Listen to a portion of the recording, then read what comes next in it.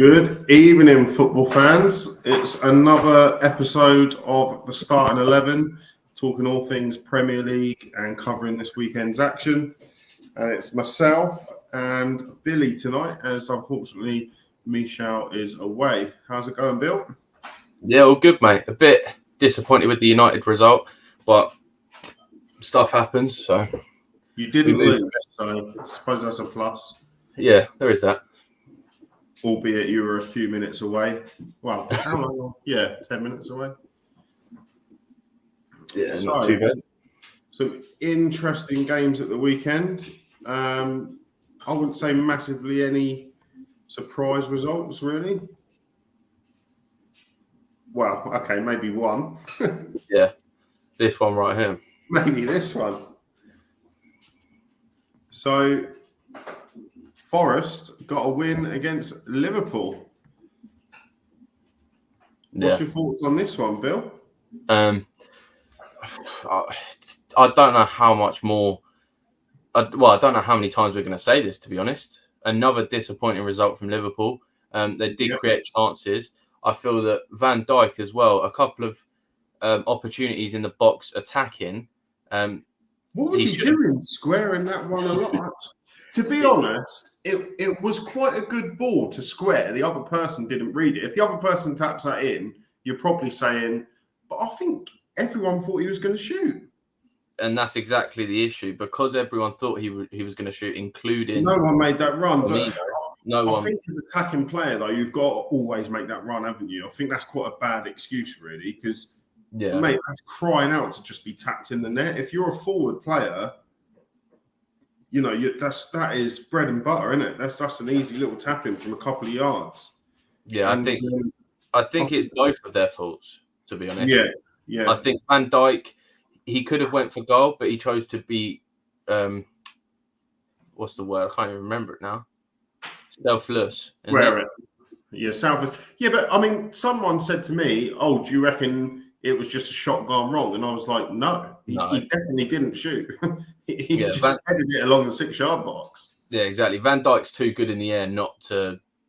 And the way he headed it, it wasn't an attempt, was it? No, it was a pass, and I think that's partly Firmino's fault as well, because, like you said, he should have made the run. He should have been ready for the ball. Mind you, do you think if it's Haaland in the box there?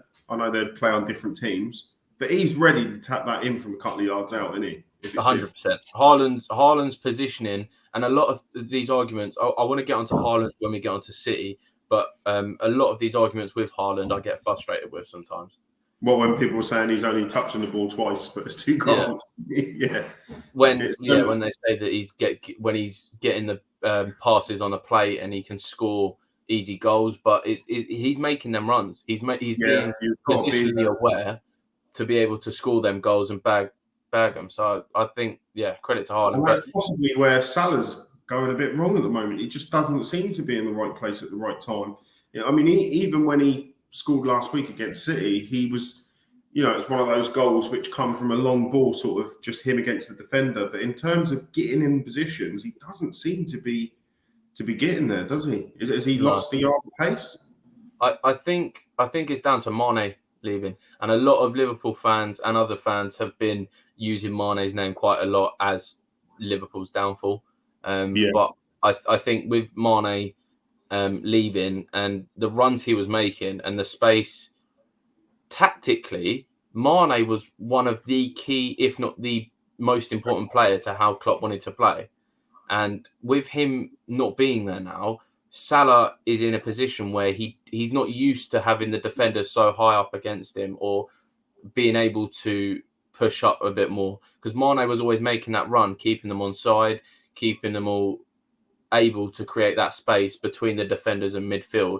Yeah, there's no one stretching defences at the moment, and obviously they've got Jota and Diaz out. And to be honest, I think Núñez, there was a question mark over his fitness, but I think he should start at the weekend. But I mean, great win for Forest. I thought Forest deserved to win it by more than one. I couldn't believe how much space they had in the centre of the park at times, Forest, against Liverpool. And it's a bit like Jamie O'Hara said on TalkSport, you've got Elliott, Milner, Henderson. you sort of got a nucleus of the team. They're like lower Premier League players now, as they are now.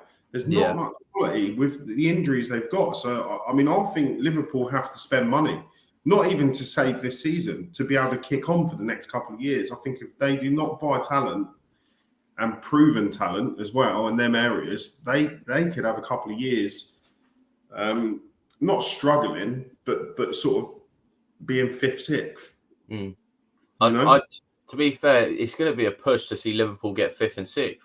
If they keep getting these results that they're getting, I can't see them getting higher than sixth, lower than sixth. I'm still going to have them as fourth. I'm still going to have them making Champions League. I've changed my top four, and I've gone with City. Who have I gone with? I've gone with City, Arsenal, Chelsea, and United. Okay. I think I'm going City, Arsenal,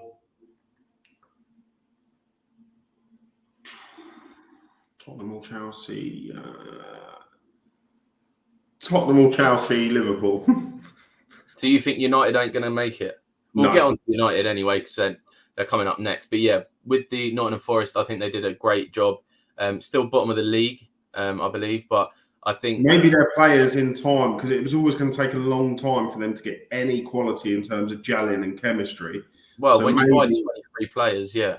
Yeah, so maybe that's sort of a little bit, if you get what I'm saying, in their favour, that they're going to start. Because I thought Yates in the centre of the park for Forest was outstanding. Really good player. I think their whole sort of midfield did really well. I can't remember the other guy's name who was in midfield with him, but their sort of midfield two in particular that they had really controlled it and really seemed to be solid. Do you think Forest will stay up? No, I can't see them gelling and the way they are. I can't see them doing it quick enough to be able to gain the points back that they're already losing. I've put in my relegation, I've put Southampton, I've put Nottingham Forest, and who did I put in? I think I put in Wolves, I believe. But so I've got Bournemouth. To go down, I'm going to go Bournemouth, Forest, and Southampton. And to be the surprise package from now, I think Leicester will finish comfortable mid-table, maybe 8th. So considering they were on 1 point a few weeks ago, I think they'll move up the table slowly now. You'll see them. Their squad's too good, I think, in terms of talent. Yeah, with the Liverpool squad as well. Off camera, we were speaking about squad depth in general with the teams in the Prem, and Liverpool's. Honestly, I can't. They've got their centre back options. They've got Van Dijk, Matip, Joe Gomez, and that Phillips guy. But Joe Gomez isn't really good enough, I don't think. He's had a couple good matches with Liverpool, but I can't see him being like one of the best Premier League centre-backs currently. Van Dijk, he's really having a bad time of it at the minute, like most Liverpool players are. Their left-backs, they've got Robertson or Tsimikas. Midfield, we've already gone through, just lacklustre, old. They've got Thiago, who's class, but he's just injured all the time. He's glass legs like Tierney. Yeah. He just gets injured all the time. And their attack, yes, they've got Salah, who was the best winger in the world, but I don't think they found a formation to suit this new attack yet, to really get them gelling. Yeah. I'll just say as well, this is not an advert. There are other Coke brands available. We are not being paid. Well, I wish we were being paid by Coca-Cola. Maybe in a few years, Bill. Yeah, fingers crossed. Never know. And that's also not Bill doing an advert there. That is just some Tesco's juice. Some tropical juice. Some tropical juice. Right, so that brings us on to our next game then, Bill. Looking who we've got. Should be one you're very excited about. I watched this game. As you know, Bill, we've had a few. Me and Bill's had a bit of a hoo-ha this week over this game because I appreciate that in football we all think we're right sometimes. I thought United deserved the 3 points, and I thought that United's midfield dominated Chelsea. I actually think it was, well, one thing we did agree on is I think it was Potter's worst performance since he's taken over at Chelsea. There is some improvement to United, but I think both teams just weren't at the races. I think United just was slightly better. I don't think Potter would have been happy with that performance, Bill. What do you think? Quickly touched upon just that. Potter's performance, I actually don't think. I think him changing it mid-game, he changed it quite early on, bringing Kovacic on for Cucurella. He sort of steadied the ship a little bit with Chelsea, and he seemed to, every time Ten Hag changed something or Ten Hag had something going well, Potter seemed to be changing it. And I think both of them changed the game like 3 times, their tactics and how they were playing. Both phenomenal at doing what they were doing with the tactics. And I don't think it was Potter's worst performance. I just think it was Chelsea in general, the players. I think Potter. Yeah, when I say Potter's worst performance, I'm not putting that on Potter. I'm just saying it's Chelsea's worst performance since he's been under Potter. Under Potter. Only because they've been quite well drilled. I just felt that out of possession, Chelsea were also, they weren't winning the ball back quick. I think they give United, as the away side, a bit too much time on the ball.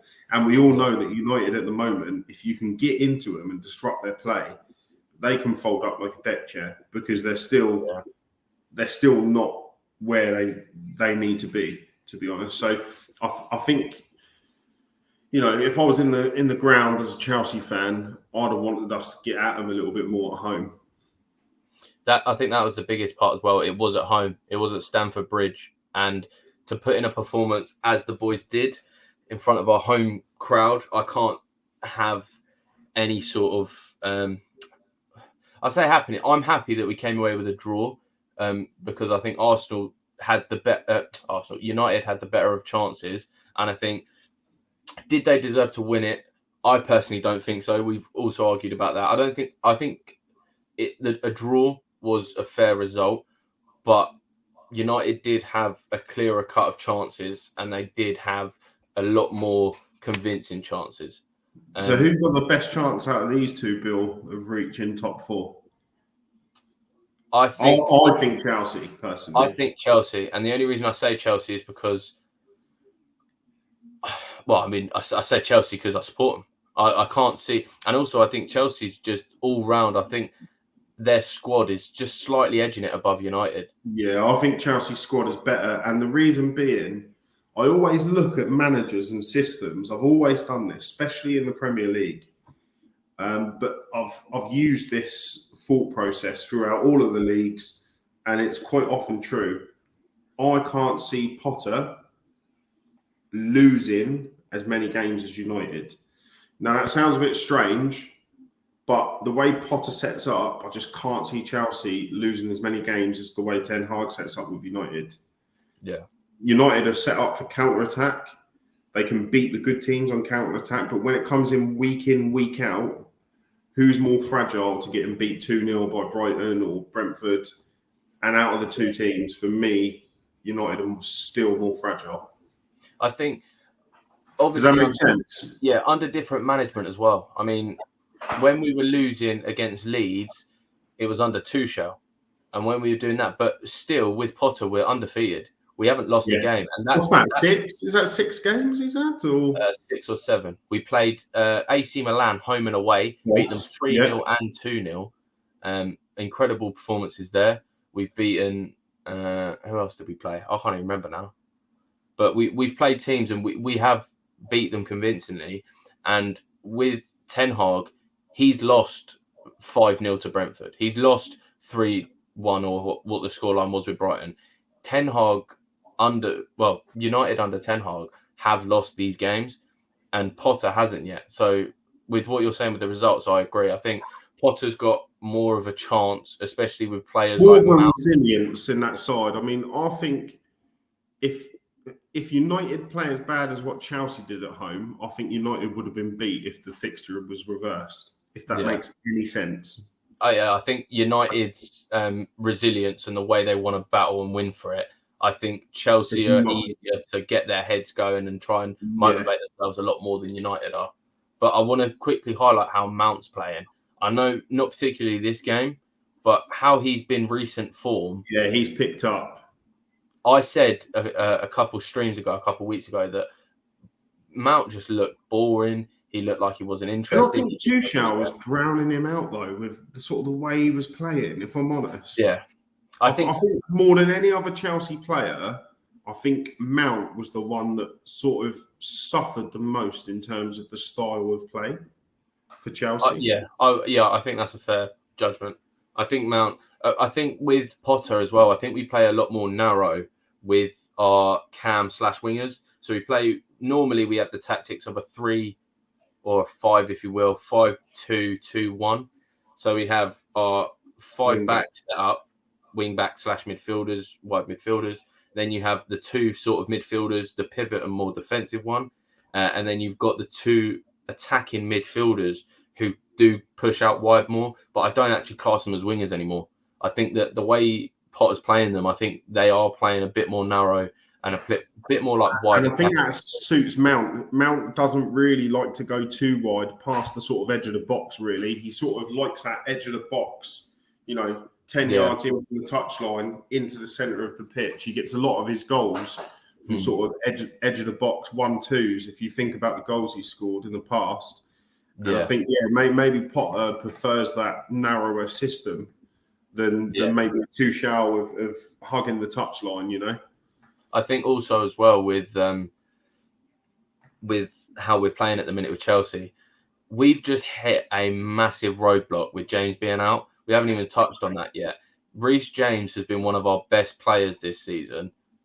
Even when Tuchel was there, he seemed to be our sort of great leader, if you will. He was the main man on the pitch. He seemed to create goals, score goals. Defensively was solid, and James was our all-round sort of our best player, if you will. And we've lost him now. I think a player like James brings balance as well because, obviously, I don't want to get in this conversation again against him and Trent, but James offers you more balance because defensively he does a good job. And actually, he's one of these players that knows his position. When he plays in that 5 in the back and he's a wing back, he gets forward at the right times. He gets some good crosses in. He links even the narrower play up. So I think he will be missed massively. I think he suits, for me, he's everything that's good. Him and Mount are everything that's good when Chelsea are on form. Yeah. So I think he'll be missed massively. But I'm just hoping that he gets fit for the World Cup. They're saying it's a bit of a 50-50 at the moment, whether he's going to make it or not. Yeah, fingers crossed. But we have got a comment here, Bill, saying the Chelsea-Man United game is so boring. I didn't mind it. I don't think it was the most boring game. I just felt like Chelsea were flat and Man United didn't have enough quality to take advantage of Chelsea on an off day, if I'm honest. I think a better United side in the past take the 3 points at Chelsea the way they played, if that makes sense. But also, Chelsea United games are always ending in draws, I think. Yeah. With recent years, I think you haven't beat them a lot. You haven't got a great record at all against them at Stamford Bridge, have you? No, but especially in recent years when they've been crap. I think the biggest thing with that is we've got one of, if not the smallest pitch in the Prem. Stamford Bridge pitch is not that big, and I think it actually benefits United style of play sometimes and other teams, and that's why we struggle. Because United have got no legs, they don't have to run as far. But for instance, Anthony spraying it out wide, although he loves to cut in on his left foot, and the pitch being smaller, he's able to cut across quicker and more efficiently. And I think that's what happens a lot. And I think that's our pitch is our biggest, especially when it comes to Champions League games. Teams helps you out a lot, doesn't it? Yeah. In certain scenarios. Exactly. Teams in Europe are not used to how small technically our big pitches at Stamford Bridge. So I think that benefits us, but it also can be our enemy. Because teams like United can adjust to them small pitches well and actually come away with a result. So, but I just want to quickly ask as well, what did you think of the penalty? I think it was a clear penalty. I think it was a penalty. It was soft. It's not the clearest one I've ever seen, but I think it was a penalty. But again, McTominay, what's he doing? Do you know what? I say it every week, and I'm going to say it every week until someone does something about it. I think he's the luckiest man in the world to be playing for a top 4, 5, 6 Premier League side. I don't know how. I think he's the luckiest person I've seen, like in any of the squads. 100%. I would swap him and Ward-Prowse in an instant. Oh, if I was, in a flash. Like, literally, McTominay in any midfielder in the league. I genuinely would take El Neni over McTominay. I think. Yeah, I don't think McTominay would shine in any team. Forest's team. Yeah. I mean, look, he's a professional and he's obviously worked hard to wear. And to be fair, a lot of managers have fancied him, so he's got to have a bit about him. But yeah, he's just not got enough about him. And it was a stupid penalty to give away. Yeah. Let's move on to the league leaders then. So they are held at 1-1 by Southampton. Yeah, I think I got it. I think just quickly with it, the Arsenal-Southampton, I think that Arsenal didn't take their chances, and I think their biggest downfall is their squad depth. I think their squad as a whole, their first team, it's a strong squad, but looking at the rest of their team, the rest of their squad, it's just not where it needs to be if they want to potentially push for the title as well. Top 4, you're looking at a different sort of solution as well. But if they're pushing for the title, which they are doing at the minute with City, they need to get a bigger, better squad. And also they're clinical. I think they will in January. If they're still there or thereabouts, they'll spend money in January. Make no mistake about it. But 100%. I agree. I mean, you look at the front 3, Martinelli, Saka, Jesus, really phenomenal. Strong front 3. Any of them get injured, as we were discussing offline, Bill, you've got Nelson, Marquinhos, and Nketiah. Yeah. And none of them 3 are going to light the world up for you. And they're not good enough at their current infancy to continue a promotion charge or get a winner, when you're sort of drawing. Do you know what? I don't think this is the worst result in the world. I think Southampton played okay. It's away from home. I think the ref was awful. I think there was a couple of decisions that certainly should have gone for Arsenal. Thought they were a little hard done by, if I'm honest. If it was my team and a couple of decisions that went against them went against me, I wouldn't be too happy. But then it's the same, isn't it? At the end of the day, decisions can go against you. You've got to make the most of your chances or score that additional goal, and they didn't. Yeah.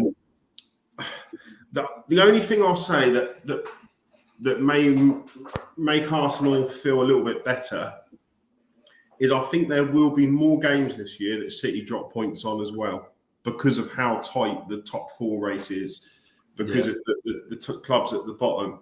But I think Arsenal will see it as missed. Arsenal will see every opportunity now as a missed opportunity because Man City is so good. You have to keep any gap that you're offered between them because they're just so good. Yeah. And unlike Arsenal, if City get injuries, it's not going to hurt them as much. Yeah, no, I agree. I think I keep saying this with City as well. It winds me up because they always seem to, I think we checked it, didn't we? They're conceding a goal a game, and it's all good and well scoring 3. I think it's just above 3 every game as well. But conceding, they seem to just fall asleep for just that one goal sometimes. And it does annoy me with City. But yeah, with the Arsenal stuff, they weren't clinical enough. It's as simple as that. They had the chances. If they scored all the chances they had, 6-1, I think the scoreline would have been 5-6-1. You could say that all the time because they're very much a possession-based footballing side. They do regularly create chances, but sometimes you just want that player to you don't want them to overplay. And I think Arsenal have shown that they've got that grit and determination. There's been a few games this year, Fulham, there's another one where they've sort of got them last-minute goals or last 10-minute goals. They're going to have to start putting teams away because no team is going to go a majority of the season getting the goals in the last 10 minutes. And I think Arsenal need to be they need to show a bit of a ruthless streak, which I don't know if they're capable of, Bill, if I'm honest. I know Man City are capable. Man City are capable. If you don't turn up, they could hammer you 6-0. Yeah. Could you see Arsenal whacking someone 6-7-0 at the moment? With their first squad, yes. Could you? I couldn't, even with their first squad. I don't see them as that ruthless.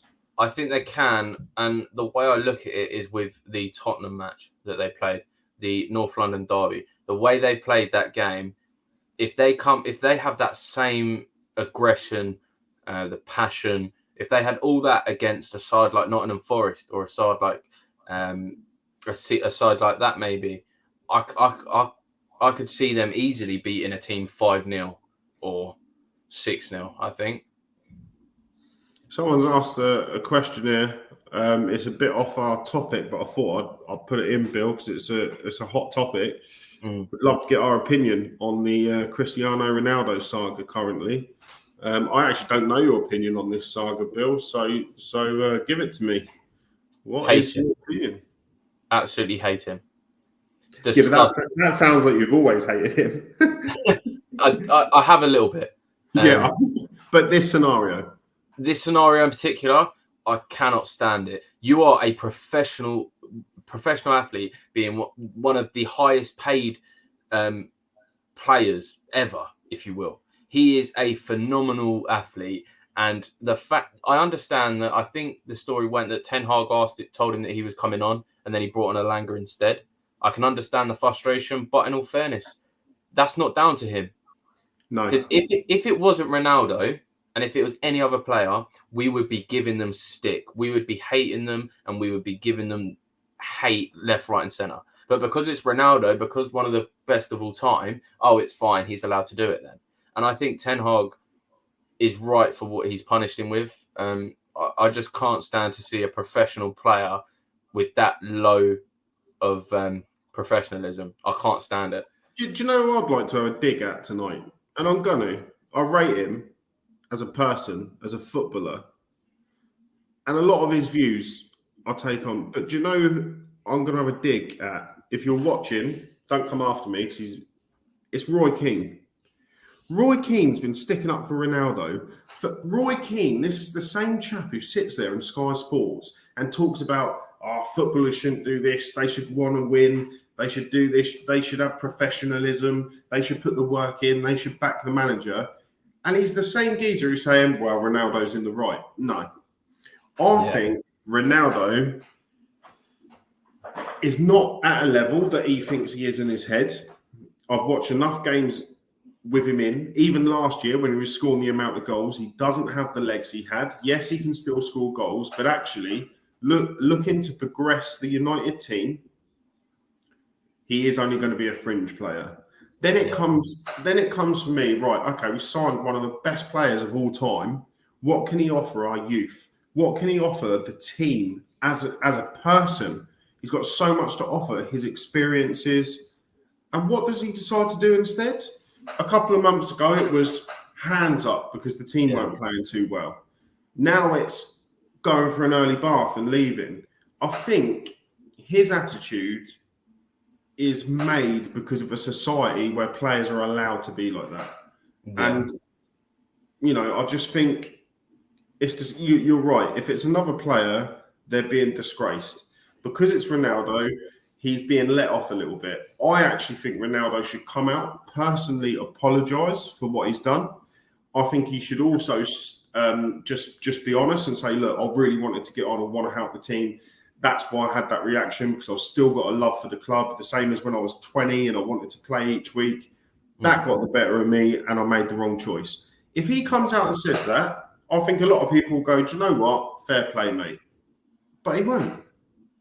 He won't say anything. And it's because of his stature and the way he is. Because Cristiano Ronaldo is this great, prolific man who's one of the greatest of all time. He does get he does Can you get. imagine if Aubameyang done that for you guys with his reputation? Well, a similar situation. Kepa with Sarri in the FA. Was it? I think it was the FA Cup with City. Sarri wanted to bring him off, not bring him on. He wanted to bring him off, and Kepa said, "No, I'm staying on the pitch." We gave him so much hate to the point where he didn't play. We bought a new keeper and just said goodbye to him for a while. Like, we genuinely, and that level of professionalism. Do you know how many young people are out there? The young, impressionable people who do have Cristiano Ronaldo as their role model. How many young football fans are just This is the same Ronaldo. Was it Ronaldo? Was it Ronaldo the other year that hit the phone out of the kid's hand as well and smashed it? Right? I believe it was. Ah, there we go. I've brought up an old phone. People are acting like Ronaldo's not had this. He's had this since he come back to United. And he's got to understand this is not the United he left. So he has two options. He can now go wherever. I actually respect Ronaldo for coming back to the Premier League and not doing an MLS job like a lot of these old boys do. And I could probably play in the MLS. So I respect his decision. But he's got to understand his decision and start showing it as a person, because he isn't capable of showing it as a footballer now because he just doesn't have the same level of athleticism. Yeah, I agree. I also, I know obviously we talk about real life football, but I play Football Manager, and I've got Ronaldo mentoring Elanga. I've got Ronaldo mentoring these young players and bringing them through. And I'm not playing Ronaldo on the game. I've got Rashford, Martial, and Anthony as my front three. And I have them playing, and I don't have Ronaldo playing. And I just can't.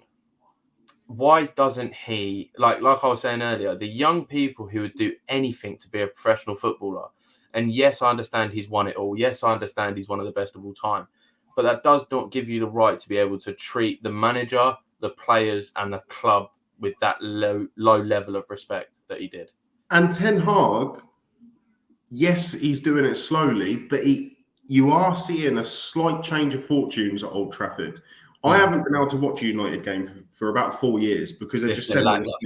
They're absolutely dreadful. And actually, under Ten Hag, he got it wrong the first couple of games because Ten Hag said, right, De Gea, you're playing out from the back. Maguire, it all went wrong. Maguire can't play out from the back, nor can De Gea. He's had to amend them tactics and change slightly, and actually he's got them playing. So, hats off to him because I think he's doing an half-decent job. 100%. So that is our thoughts on Sorry for the rant. For me, game of the weekend. For me. Yeah. Actually, no, not the game of the weekend, but we'll move on to that. So, what's your thoughts on this one, Bill? Newcastle 2, Tottenham 1. I mean, as a Chelsea fan, I'm ecstatic. Hate Tottenham, so I don't mind it. But we hate Tottenham. Well, Jill won't be too happy because I know she's got a soft spot for the Spurs. We've lost a viewer already. But I just think firstly, I want to put my hands up. Eddie Howe, when he got the job, I said it would have been too big for him. I thought that I don't think that a side like Newcastle, with how big their backing is now and the way they're going to be playing, and when it all came about when they signed Eddie Howe, I thought it was going to be too big for him, and I thought that he would have struggled. Then he brought the likes of Trippier and some players coming through, Isak as well, players like that, and they've outclassed Conte. So for me, if only someone rated Howe and said, "Hey, Bill." All right, I've rated him for years. I actually think he's the best English manager around. I'll start off on Tottenham on this game because they started brightly and they had a few chances. Son had a couple, to be honest, especially one that he should have tucked away. But other than that, I can't. If Conte was the manager of my team, I don't think I'd enjoy watching them, and I don't enjoy watching them. I really do think Conte Similar to, this is going to be a strange comparison, right? Yeah. And I'll touch on this second point a little bit later because we're going to come to that game. Very similar to Gerrard's management at Villa. He puts the shackles on the players almost a bit too much. So there's not much freedom in their play. Yeah. And it's really good when you need to be competitive with, going away to Man City or Chelsea, where you need to grind out a result and you need to be really disciplined. But in terms of playing free-flowing football, which is interchangeable, which is good on the eye, and it just makes for an exciting game, Conte is not your man. Yes, he's a serial winner, but the problem is he's been a serial winner at clubs that win stuff. Yeah. Spurs could not win a raffle if they brought the whole book. I think, I think, and I'm not a Spurs fan, but I do like Spurs, to be fair. I like to see Spurs expansive, and I think that's the way forward for them. I think Conte could potentially get them top four, but he won't progress them as a club. Yeah. I mean, as a Chelsea fan, it's wrong, but I enjoyed a time of Tottenham when there was the likes of Kane, Dele Alli, Harry Winks, Kyle Walker, Danny Rose. I know they're all different times, but all together, like the core English team, the core team was English, and that's what I like to see from an English club. I love to see similar with some other clubs, but the core sort of English rooted into the team is what I like to see. And Tottenham did that well. They had the likes of Dele Alli, Harry Kane, Danny Rose. You're going to feel dirty and not be able to go to bed now, Bill.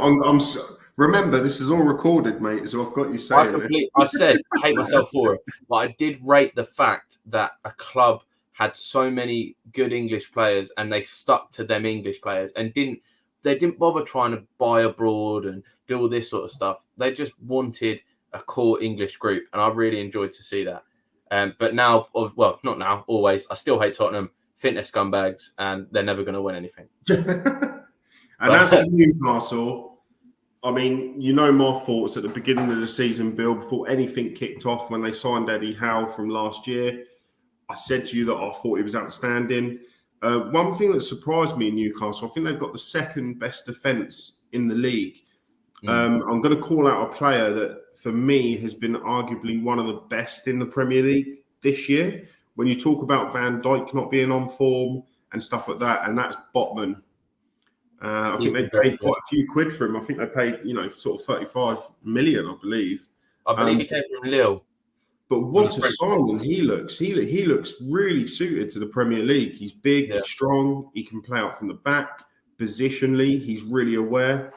I know Trippier's got a lot of fans as well. There's a lot of people that have sort of rated that signing. But I think Botman's been superb. And actually, their back four, when you look at Byrne as well, who's a solid left back from Brighton, you've got Shah, who's just not scared of anything, really. He sort of tries to win everything and gets his body in the way. So he's just a low-level Vidic. Do you know what? That's what I was thinking. He's like a poor man's Vidic. He gets his head in the way. He gets his body in the way. So really, when you look at that back four, especially with Trippier's quality, it's a solid back four, Bill, isn't it? Really solid. You're missing a really crucial part in this as well. Who have they got behind them? Nick Pope. Yeah, it's a great signing. They sold what was his name? Dubravka, wasn't it, to United? Newcastle did, and I was a bit. I don't know with Pope. He's at a bit of a bigger club now, stepping it up a bit, and he's performing really well. When I'm looking at the likes of these goalkeepers, I made an outside the top 6-11. So United, Spurs, Arsenal, Chelsea, all them lot. I didn't include them, and I made a team with all the other players from the other clubs. And in goal, I did pick Dean Henderson, but it was really close between him and Pope. I mean, I prefer Pope out of them two, but only because I think Pope's had a lot more Premier League experience. Well, he has had a lot more experience than Henderson. So, I mean, one of our questions on here, Bill, is can Newcastle potentially and I never thought we'd be saying this. It is early in the season, but we are 11 games deep. Could they become a team to break the top 4 this year? No, and the reason I say that confidently and quickly is because I feel no. I think that there are better teams. I still believe that. I think Chelsea are a better team, player for player. I think United at a push. I think they can. I think Arsenal. I think City, and that's a top 4. I also think Spurs, Brighton. Yeah, Spurs, not Brighton. I think they've lost that core element now. They're still playing well. Gross, Trossard, they are still playing well. Credit where credit's due. But losing someone like Potter, who was at the head of that, is a bit of a hit. And I think we're seeing it now. I mean, do you know what I think would be interesting? For me, if Newcastle can stay around this sort of 5th, 6th mark until the January transfer window, they've got money, Bill.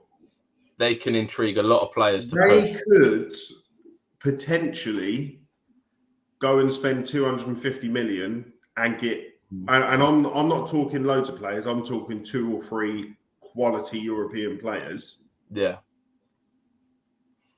What's stopping them doing that? It would be very interesting if they were only a couple of points off and they spent money in January, I think. Yeah. I think if they were to, though, what players are you looking at? What's their weakest part? They've got Bruno, Guimaraes. I think Bruno's one of the players that would stay throughout, if that makes sense. 100% agree.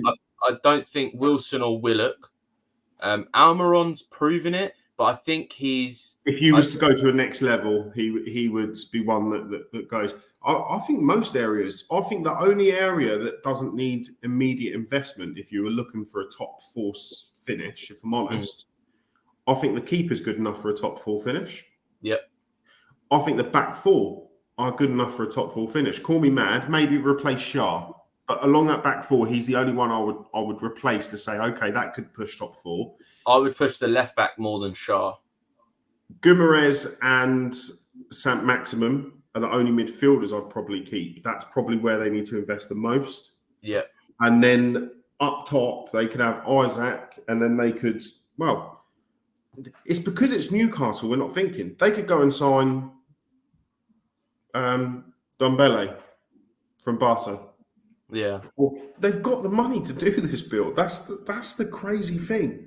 And if they approach these players and sell them a dream that we're pushing this top 4 now. Look, if you come with us now, 2-3 years time, we'll give you a bonus. We're winning the league. We're pushing Champions League.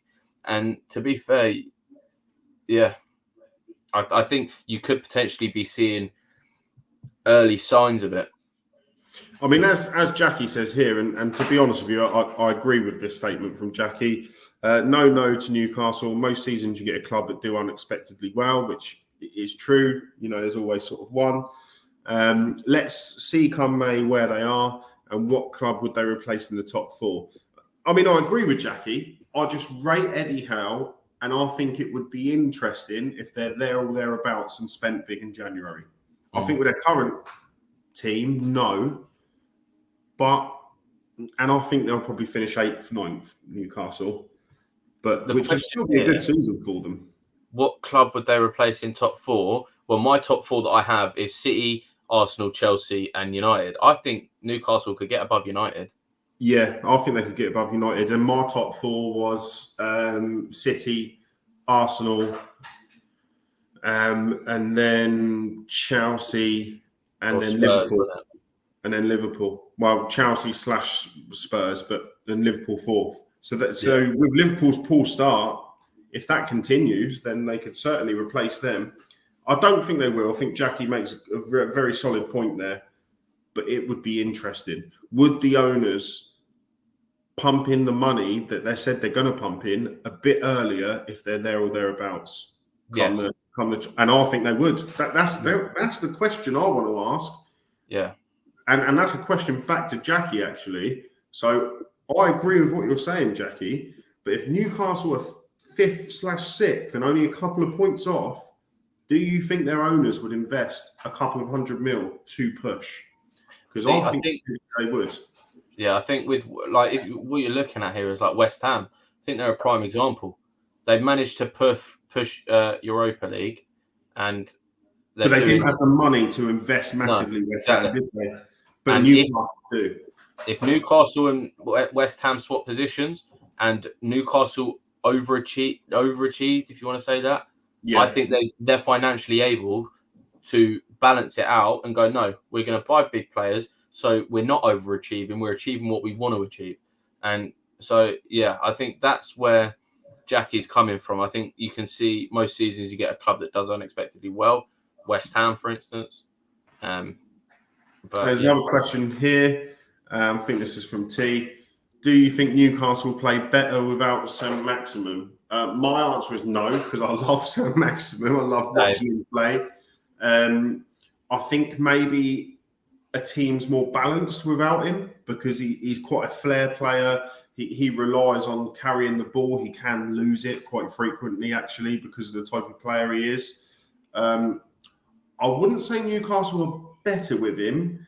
I think it's easier to be a more balanced side without a playmaker like him, if that makes sense, Bill. But I like him just as much as you. I love him, yeah. I do think he solidified his spot for me. Like, if they're looking to invest, he's young. How old is he? 22, 23, I think, if that. I think it's 24, so maximum, but I could be wrong. He's still young. He's the type of player that makes me want to watch football. You know, it's like you're over the park. He's doing all the flicks, tricks, a little ball here, a little ball there. That's why we all watch football, you know. It's entertainment. And, you know, I personally think Newcastle are a worse side without him, but that's just because the way I like him to play. So I think Jackie's come back to say that would they pump money in with Eddie Howe in charge?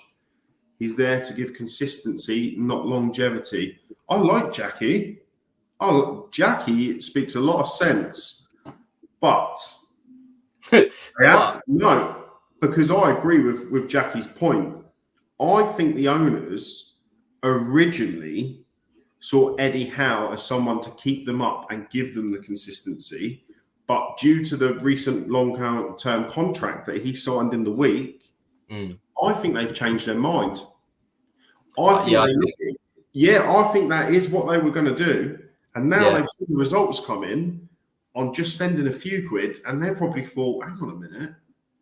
No, I think if we keep investing the money, if he's getting... Because Newcastle owners are not, you know, they would have done a model. They would have looked at where Newcastle should have been after 10 games, after 20 games, the investments. And actually, to give him a new contract this week, I think they've changed their mind, and I think they will now back him with the money. But Jackie's spot on, because that's exactly what I thought the original appointment was. But they must have changed their mind because they've just renewed his contract. Yeah, no, I agree. I think originally they thought that they were going to do it for consistency, and he'd done that well. And on top of that, he's then got other bits as well. So yeah. Jackie's put another comment. Go on, Joe. Yeah, so Jackie just said, I mean to establish the Prem status, not to take the team forward with the plan, which is a shame for him not being recognised. But I completely agree with you, Jackie. But I think the owners, upon review of what he done last year and this year, I think they've changed their mind. And I think they're going to back him. And I think he's going to be there for the project, not just the consistency. But I suppose only time will tell. Football's a funny old game. You get a couple of bad results and the pressure they're under with the money they've got, you know, you could be gone. So let's move on to the next one. This, for anyone who's tuned in watching, I laughed at this result because, and I mentioned it earlier, how much has Gerrard attempted to be so tactically not perfect, but tactically aware? You know, with a club like Villa, they're almost too good to go down, but they're not good enough to have an outstanding season. So I find that, especially a new manager, it can be quite difficult for them to get the balance of giving the team the freedom to play against getting enough points. Yeah. And I do not think it is by chance that Gerrard left and within 15 minutes Villa were 3-0 up. No way is that chance. I don't know if you watched this game, Bill. It looked like they had the shackles off. It looked like they just wanted to play like this for a long time. And I just think it's mugged Gerrard off a little bit, if I'm honest. I think what you have to look at as well is how do you word it? Like you said earlier about the shackles and that, they look like they were very stern on their decisions. But one thing I really enjoy about this is I don't like Gerrard. And the reason I don't like Gerrard is because for me, as a Chelsea fan, You don't like Slippy G? I don't like him because Lampard, for me, goes down as the best. And a lot of people argue and say Gerrard's better. For me, I didn't see him as better as Lampard. Two different players, but if you're going to compare them like for like, then I think Gerrard was a lot better than Lampard. But yeah, so moving on from that, I wasn't a fan of Gerrard. One thing I do like, though, is a conversation I got asked when, you know, my status on what I think about Gerrard and Lampard as players, but what about managers now? I mean, Lampard's come into Everton now, and you're looking starting to do okay with them. They're starting to play a bit of football, aren't they, as well? And it upset me that we sacked Lampard. Do I think it was the right decision? Potentially, but a lot of people seem to forget he had a transfer ban. He didn't. Well, you know my opinion on it, Bill, and I think sometimes you know maybe I am a little bit harsh towards Chelsea, but I wouldn't have sacked him. I think he would have done an half decent job. For me, I just think Gerrard's tactically, obviously, sort of cuffed them up a little bit because they looked so open, you know, in a good way. Yeah. I think as well, one thing I liked is the signings they actually made. You're looking at the likes of Coutinho. He is someone, yes, he's 32 now, I think he is, 33 maybe. It's 32.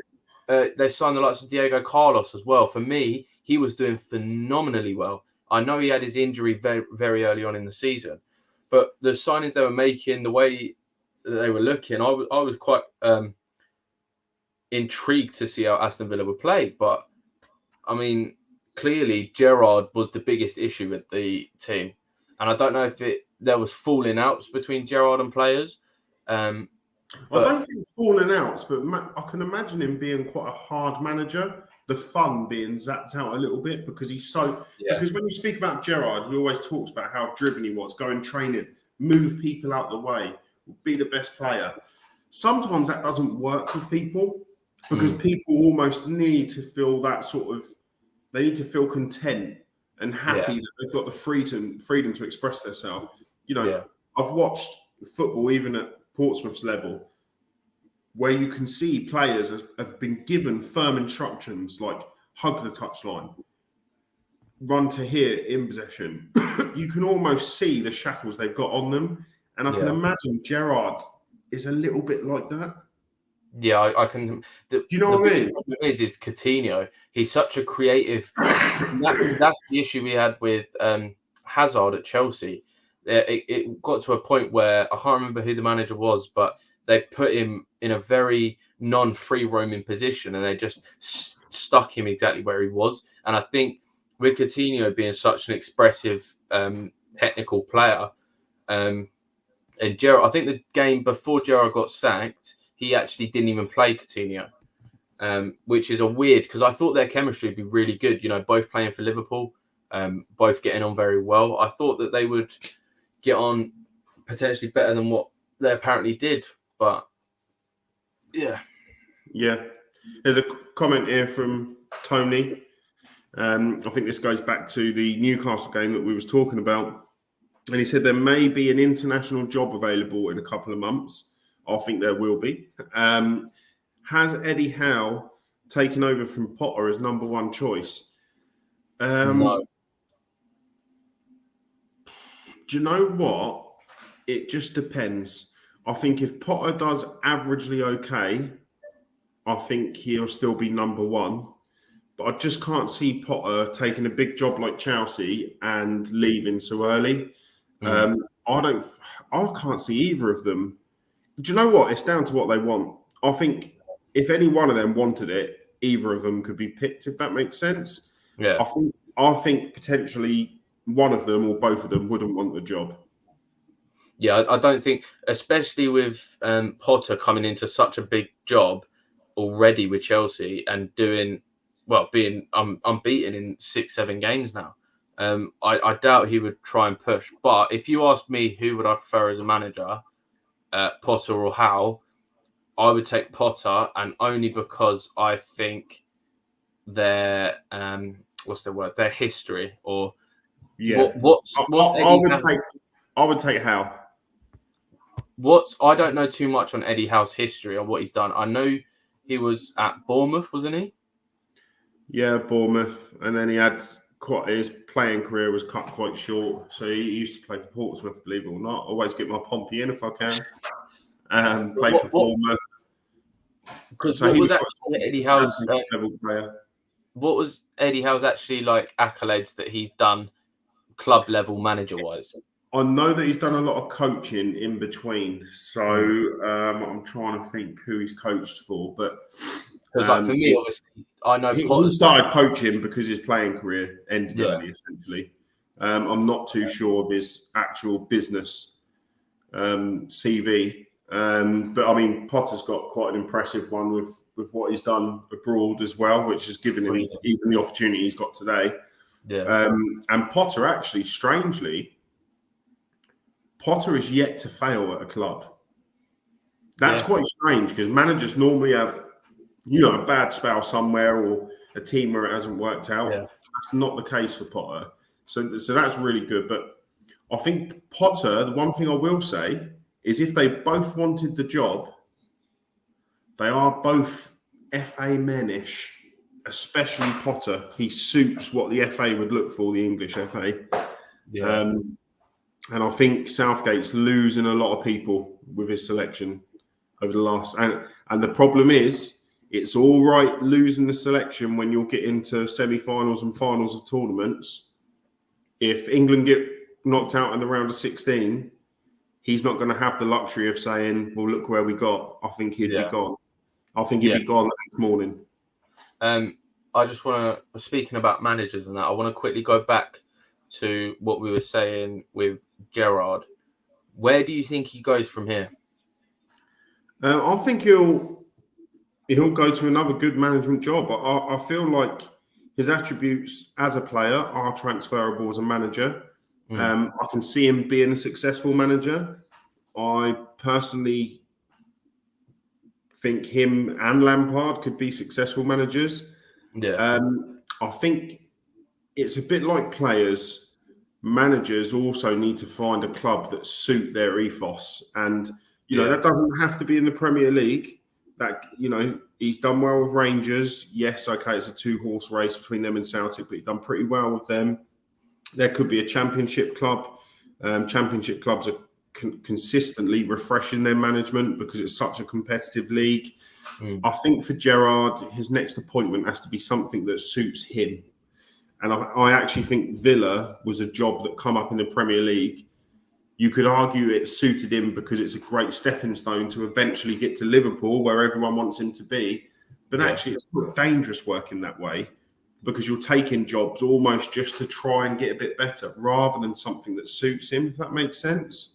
Yeah. So I agree. Gerrard needs to look at his next appointment and not just accept the next appointment, whether it be a championship club or maybe another Premier League. I can't see him getting another Premier League job anytime soon. Yeah. I think he just has to look at where he's going, whether they match his mentality and his ambitions, and work it. Because, he's gone to Villa, he spent a lot of money, and it's never really worked since the day he walked through the door, really. They just don't suit him as a manager. Yeah. I could arguably see him going somewhere like West Brom and doing pretty well. A lower sort of level to try and build him back up. Championship level, a team that if they were galvanised and got a few half decent signings at that level, could get promoted, could sort of put it on his CV and make a real good fist of something that suited him. Yeah, I didn't see Gerrard's stamp over that Villa team at any time. I didn't look at that team and think, oh, that's a Gerrard team, and that's where Potter and Howe have earned their right. Because I look at Chelsea now, it's a Potter team. I can see his management through the style of play since he took, and the same with how organised they are, similar to what he was like with Bournemouth. I can see their stamps as managers on that team. Yeah. Gerrard had what? How long did he have at Villa? A year? A year and a half maybe at a push. Did you ever look at that side and go, I can sort of see a stamp on that. I can see their style. No. That is enough time to sort of put your name on a team. So I think he's got to be very careful about his next appointment, because if his next appointment don't work out, he could be in Soccer Saturday studio next to Carragher and Neville. Yeah. It's true. I just see this comment from Tony saying Potter will know Chelsea. Potter well knows Chelsea sacked managers after a couple of losses, so won't be thinking Chelsea is long term. Think Howe took Newcastle because he was out of work and would fancy getting back down south. I want to quickly touch upon the Potter subject with Chelsea. Tony's positive. Sorry, Tony. Potter with Chelsea, I think Potter being a youngish manager, his track record as well, and the fact we've got new management. Bowley was very quick to sell Tuchel because honestly, I don't think Tuchel was a part of his long-term plans. I think Tuchel was there before Bowley, and I think Bowley gave Tuchel the chances. He gave him the transfer market. He gave him this stuff, and I think he was going to give Tuchel a season or two. But seeing how quickly he sacked him, I don't think he's going to do the same with Potter. I think even if Potter loses, I think you can see Bowley actually trust Potter a lot more, because Potter is actually Bowley's signing. One thing I'll say about Potter is I really feel like he's got an identity in terms of how he wants the team to play, the style of football, the interchangeable formations. I think he suits Chelsea. I think he'll do really well in the long term. And I do think he'll need to be given. It'd be interesting to see what Potter does in a transfer window, because it's all right having a transfer window at Brighton, who might spend the odd 10, 15 million. He's now got transfer windows. Yeah, what's he going to do with the big bucks? When he's able to spend 50, 60 million, how is he going to use that? We are really close to signing Nkunku, I believe, who's a Leipzig French sort of centre forward, cam/striker sort of role he plays, and he's really good. And I'm not sure if that's like Werner. Huh? What, like Werner? No. And the reason I say this is because I've had this conversation already. Yes, we're a bit hesitant. Another Leipzig young attacker coming to Chelsea. But I think with Nkunku, we have a different system with Potter. We have a different owner with Bowley. We have this whole new...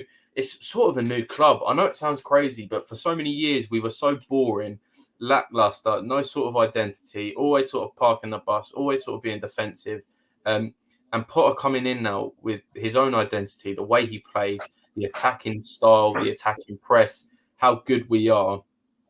What would you want from Potter? Would you like him? Would you say a good target is for him to get Chelsea to be title contenders within the next 3 years? I want us to be consistently top 4 for the next 2-3 years. And I would like to see us try and push for another Champions League.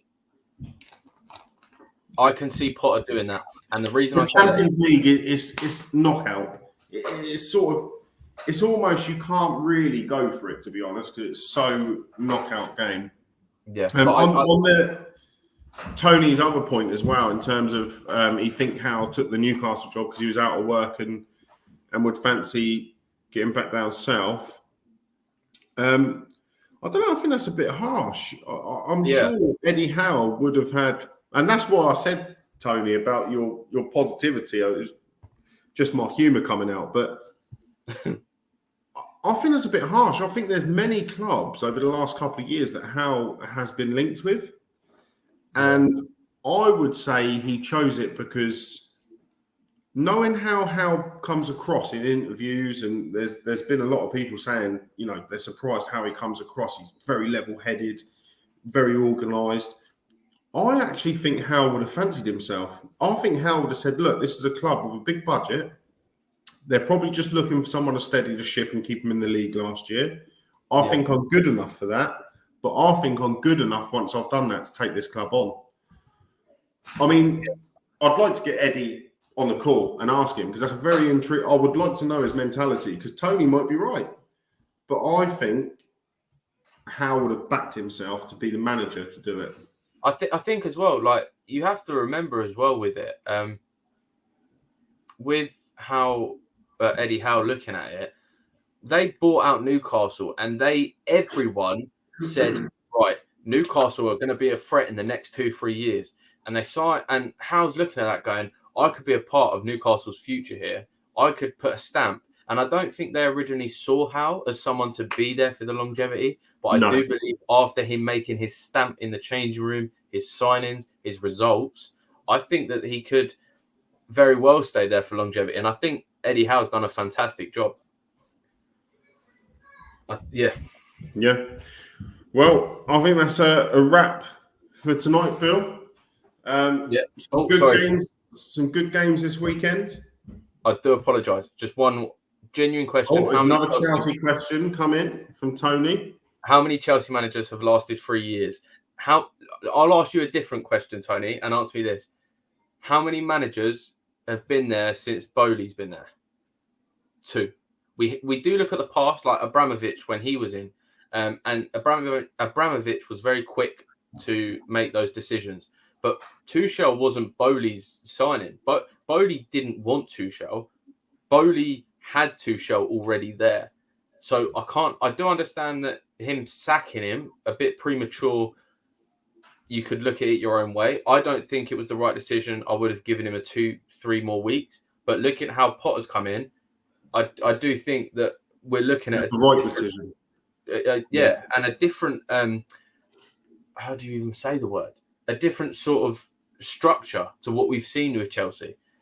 We want quick success with like Conte coming in and stuff like that. You've gone for quick success. Potter is much more of a project appointment, isn't he? Yeah, and I think that's what we're looking for, and I think that's what Bowley's looking for.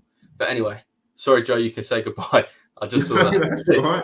Got the questions in. Thanks everyone for their questions this evening. We'll be back next Monday at 8:00 and join myself, Bill, Michelle, and sometimes Tabrice. Thanks for joining. So feel free to join next week at 8:00. Have a great evening and all the best. Cheers, guys.